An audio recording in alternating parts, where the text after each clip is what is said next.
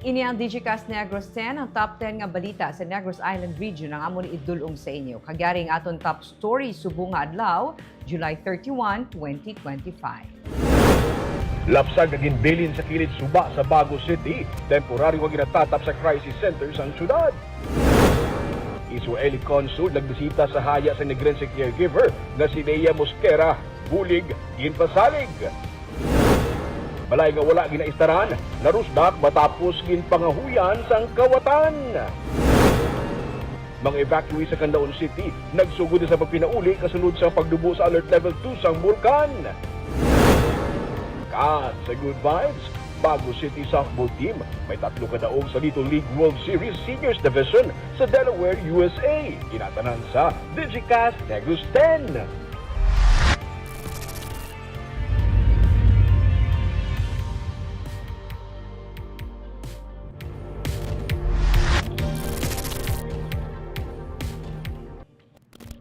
Sa number 10, lapsag nga ginbilin sa kilid suba sa Bago, temporaryo ginatatap sa crisis center sang syudad.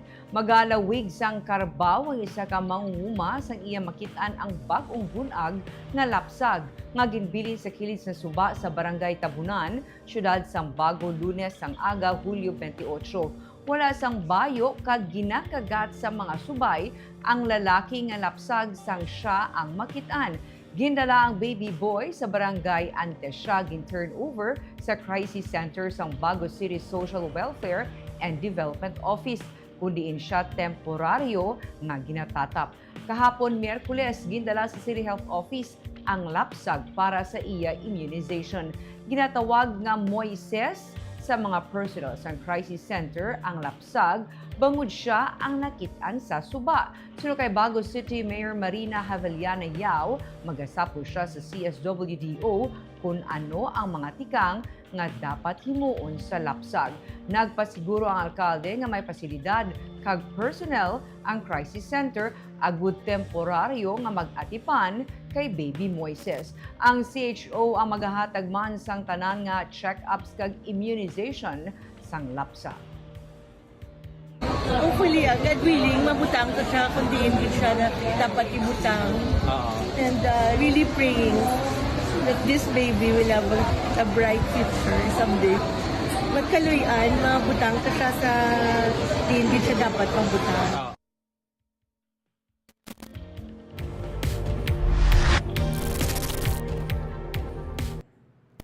Sa number 9, IPM CDC ginmultahan masobra 1 milyon ka pesos bangod sa violation sa kontrata sa syudad.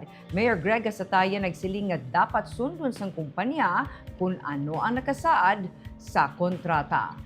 Multahan sang 1,068,000 pesos sa syudad sa Bacolod ang IPM Construction and Development Corporation bangod wala masunod ang pila ka mga ginkasugtan sa kontrata. Una na nga ginsiling ni City Legal Officer Attorney Carol Joseph Chu nga ginserbihan sang notice of violation sa Bacolod Environment and Natural Resources o kun BENRO ang IPM CDC. Dugang pa ni Chu, may mga nagapadayo na nga mga violasyon ang private garbage collector lakip na diri ang kapaslawan nga mag-provide sa GPS monitoring system sa City Mayor's Office, BENRO kag Management Information Technology Computer Services Office. Wala man nag-abot ang 3 ka shredders sa 3 kadalagko nga merkado sa syudad. Gani para kay Bacolod City Mayor Greg Gasataya, dapat nga manabat ang IPM kay initanan ang nakasaad sa kontrata. 303 million pesos ang kontrata sang IPM na tubtub sa Disyembre sini nga tuig.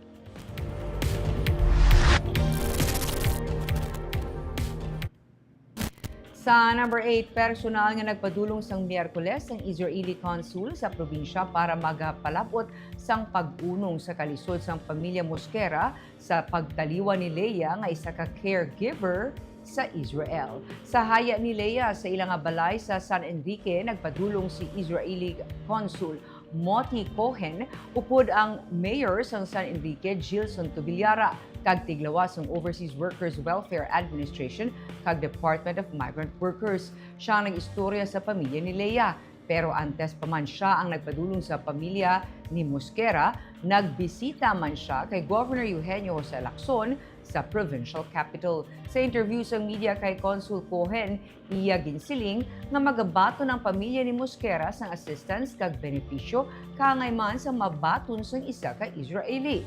Nagahatag ang Israel sang bulig kag assistance sa yadtong mga nasamaran o kunapatay bangod sang acts of terror nga natabo sa ila lugar. Si Leia napatay sa adtong July 13 matapos nga mag-agom sang lubha nga mga samad sa maigo sang Iranian missile ang ginatinira nila ang apartment sa Hunyo 15. So every benefit that Israeli citizen is getting, the same goes to a foreign national that was hit by a missile or any act of terror.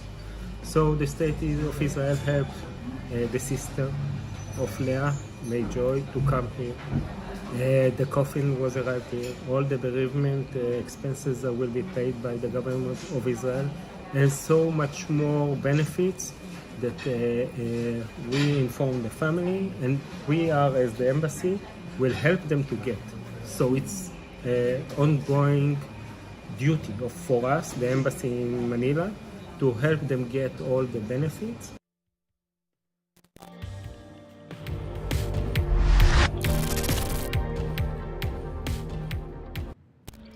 Sa number 7, surprise drug test kag search and seizure operation ginpatigayon sa Canlaon City Jail. Gin-drug test ang 31 ka mga BJMP personnel kag 23 ka mga persons deprived of liberty sa sulod sa Canlaon City Jail sa Martes nga adlaw. Isa-isa man nga ginusisa ang tagsa ka mga selda sa PDL kun bala may illegal nga droga. Ini sa ginpatigayon nga search and seizure operations sang PIDEA Norpo kag PIDEA NIR.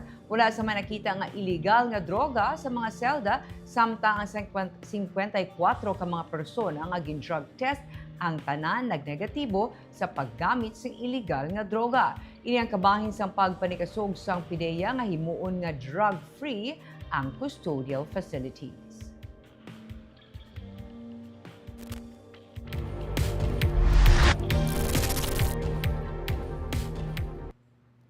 Sa number 6, lalaki nga nasapwan patay sa nagsira nga resto bar sa Villamonte sa Bacolod, wala sa gihapon makilalan. Ang bali sa sir sa tuo meron Nagapabiling nga Mr. X ang pagkilala sa lalaki nga nasapwan nga patay sa Lucerna Street, Helvetia Heights, Barangay Villamonte sa Bacolod kahapon. Wala sa gihapon sa pamilya nga nagkilala sa bangkay. Sunod kaya Police Major Mark Joel Reclamado, Station Commander sa Police Station 4, ang biktima ang ginabulubanta nga kaedad sang 30 tubtub 40 anyos. Nagasuksok sang green nga sando kag itong nga shorts. May duha man ka pares sang tsinelas nga nakuha sa area. Dugang pa ni Reclamado ang bangkay ang may mga pilas sa nagkalain-lain nga bahin sang iya nga lawas. Ipaidalom ang bangkay sa post-mortem examination para mahibaluan kung paano siya napatay. Isa ka man og scrap ang nakasapos ng iya bangkay sa sulod sang nagsira nga resto bar sang kahapon.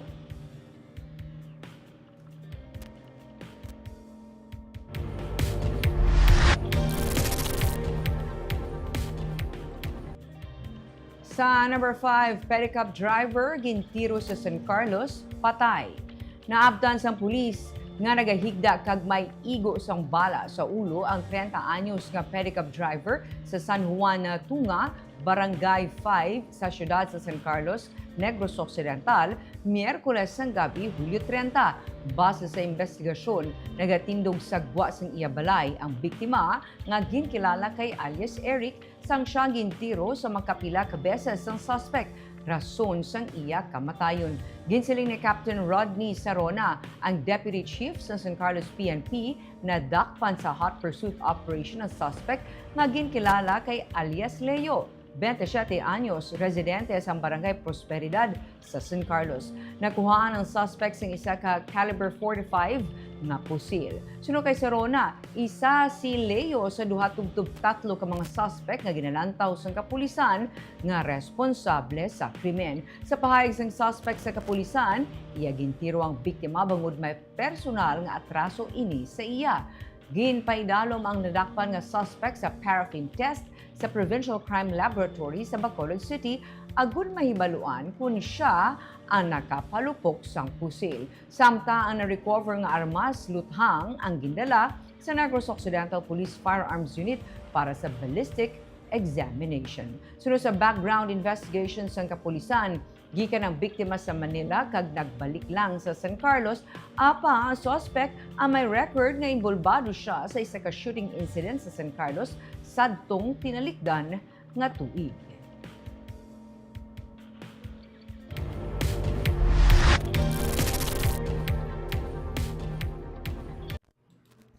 Sa number 4, magulang, ginbuno patay ang iya manghod sa Isabela.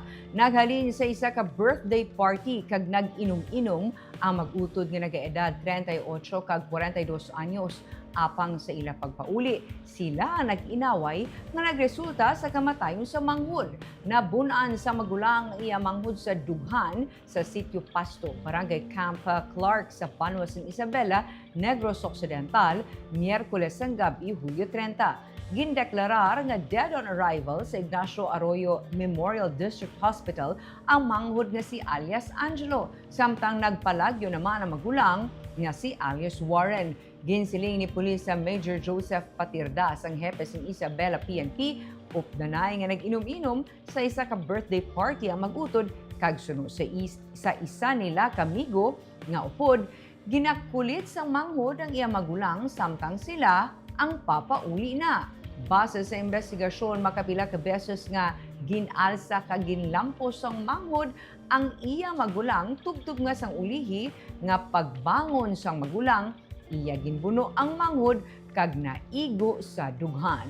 At large sa gihapon ang magulang, nagpanugyan ang pulis nga kung hindi malikawan ang pag-inom, ibutang ini sa insakto agud hindi na masulit ang kapareho nga insidente.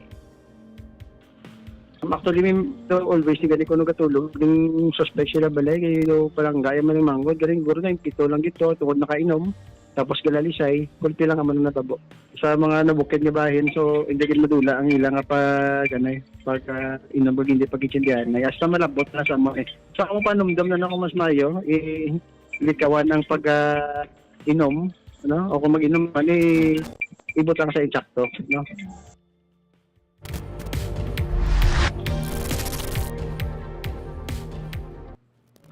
Sa number 3, balay nga wala na ginaisteran na rusdak matapos nga ginpangahuyan sang kawatan. Mga responsable sa pagpangawat na kilala kag ipatawag sa barangay. May report si Romeo Subaldo.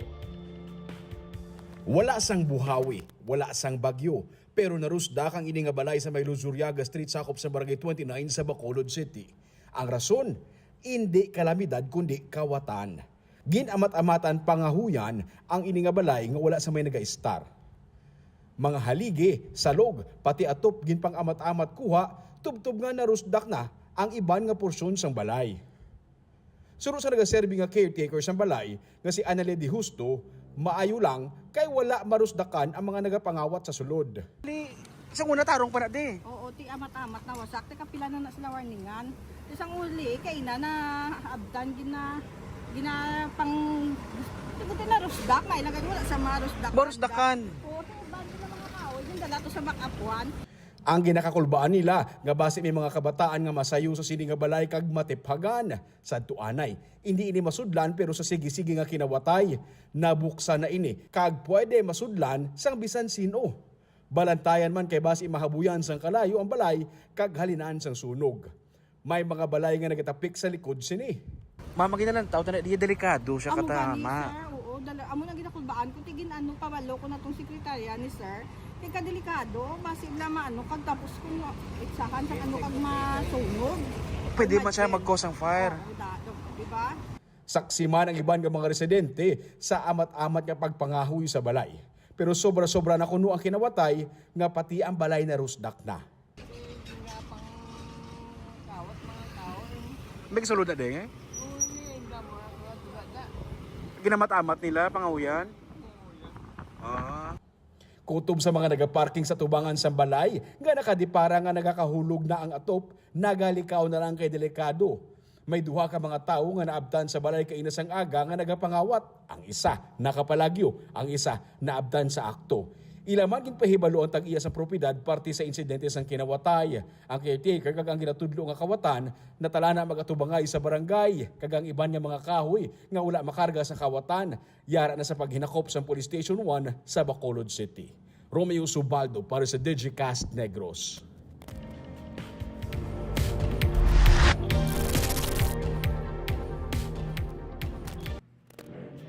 Sa number 2, kasunod man sang pagnubo sa Alert Level 2 sang Kanlaon, mga eskwelahan sakop sang 6-kilometer danger zone ang magabukas naman. Samtang mga internally displaced individuals sa banwa sang La Castellana, buwas pa, natala na magpauli.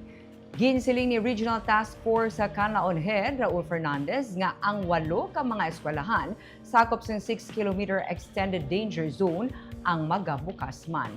4 sa 8 ang yara sa Canlaon City, kag 4 man ang yara sa La Castellana. Sa idalom sa Alert Level 2 suno kay Fernandez, ang ginadumilian man lamang nga wala sang human activity ang 4-kilometer permanent danger zone. Sa piha ka bahin, ginhulat na lamang sang La Castellana ang Sangguniang Bayan Resolution nga nagatugot sa pagpapauli sang 471 ka pamilya o kun 1,586 ka individuals. Suno kay John De Assis, ang pamuno sang DRRMO, buwas nila gintalana ang pagpapauli. Magapabili ng 15 ka pamilya o kun 47 ka individuals nga nagapuyo sa 4-kilometer permanent danger zone sa evacuation center. Masobra na isa ka tuig nga ang mga natungda nagatiner sa evacuation center. May internal arrangement naman bahin sa mga yadtong nagubaan balay sakop sang 6-kilometer extended danger zone, labi na kung wala na sila sang pulian.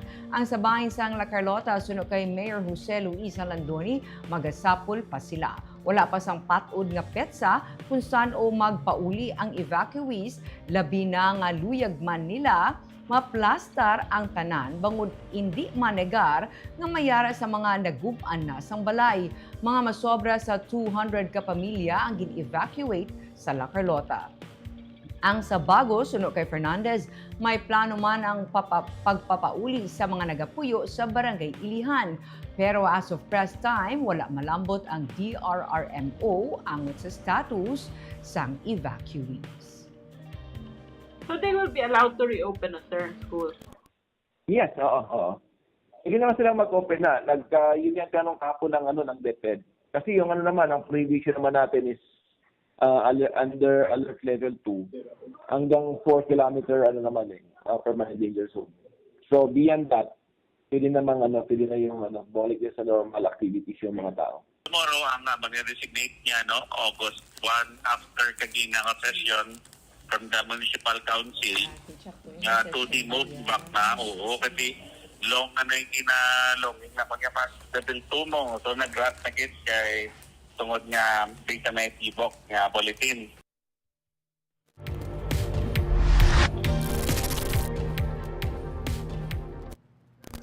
Kag sa number 1, kasubong sang 4th of July para sa mga evacuees sa Canlaon City, karon nga nagpinauli na sila matapos man ang halos 8 ka bulan sa mga evacuation center. Inisuno kay Canlaon City Mayor Jose Chabasco Cardenas, nagsugod na pinauli ang mga internally displaced persons sa Canlaon City subong nga adlaw kasunod sang pagnubo sa Alert Level 2 sa status sang Bulkan Canlaon. Sunod sa alkalde, ginsugda na kaina ang pagpauli sa mga pumuluyo gikan sa Barangay Masulog, Pula, Malaiba, Lumapaw kag parte sang Linuthangan nga nagapuyo sakop sang 4.2 kilometers pasaka. May 590 ka pamilya o kung masobra sa 1,400 ka individual ang magapauli. Suno kay Cardenas, magapabilin sa mga evacuation center ang 47 ka pamilya o kung 147 ka individuals nga nagapuyo sakop sang 4 kilometer permanent danger zone. May mga nagpabutyag man sunod sa iya nga hindi sila magpauli balik sa ila nga puluyan. Dalaman sa epekto sang pagbuga sa bulkan, hindi manegar nga nagkalaguba ang mga atop sa ila nga balay. Suno kay Cardenas, silang nagpahibalo na sa Office of the Civil Defense sang pag-decamp. May resolution na damlag pang local DRRMC bahin sa pagtugot papauli sa mga IDP pero kay nagwa ng alert level 2 wala na nila ginsubmit sa sangguniang panlungsod mungod moot and academic na kay nagwa na ang notice sa pagbutang sa bulkan kanaon sa alert level 2. Nagahinyo sang bulig ang Canlaon City sa national government sang 500 million pesos bahin sa housing kag iban nga facilities para sa tuyo nila nga itukod nga permanent evacuation center sang syudad sa barangay Binalbagan nga sara maka-accommodate sang 2,400 families. And kaso magsaka liwat sa alert level 3 ang bulkan kag para man sa iban nga sahi sang kalamidad. May ginapropose man sila sa Office of the Civil Defense nga permanent relocation site para sa 147 nga nagapuyo sa 4-kilometer danger zone. Tigayon man nakahatag financial assistance ang LGU kag paagi man sa tupad, DSWD kag akap sa mga apektado. Finally, it is the 4th of July for them. So we started to send them to send home the residents of Barangay Masulog, then Barangay Pula, Malaiba, Lumapaw, and some parts of Barangay Linuthangan. Actually, there are evacuees who do not want to go home. Maybe they are now comfortable in their tents. No, but we are really encouraging them to go back in their respected houses, for them also to renovate their houses.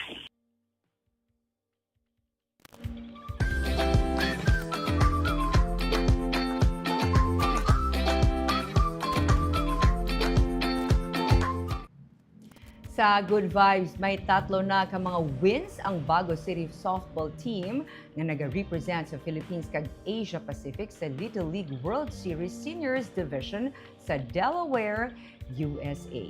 7-0 ang nanging score sang Bago City softball team kontra sa Louisiana ang ila na sambuwa subong gabi sa Delaware time sa USA. Natapos ang hampang sa 7th inning nga amo ang nanging ikatlo nga daog sang team. Antes sini nagdaog man ang Bago City nga team batok sa Latin America sa score nga 11-2 kag Connecticut sa score naman nga 11-1. Buwas naman natala ng hampang nila batok sa Roxana, Delaware. Kadaman sa players ang Bago City amo man ang players nga nagkuha sang 2023 nga championships sa Junior League Softball World Series nga karon nagakompete na sa Seniors Division.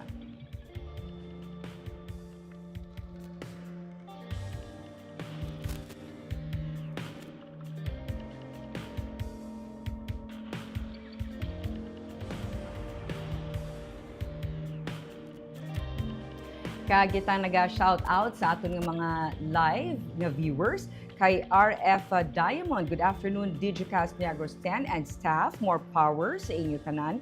Palihog na shout out sa Silainon watching live subong. Kay Joy Villa Vicencio Tendencia. Good afternoon, Digicast watching from Himamaylan City.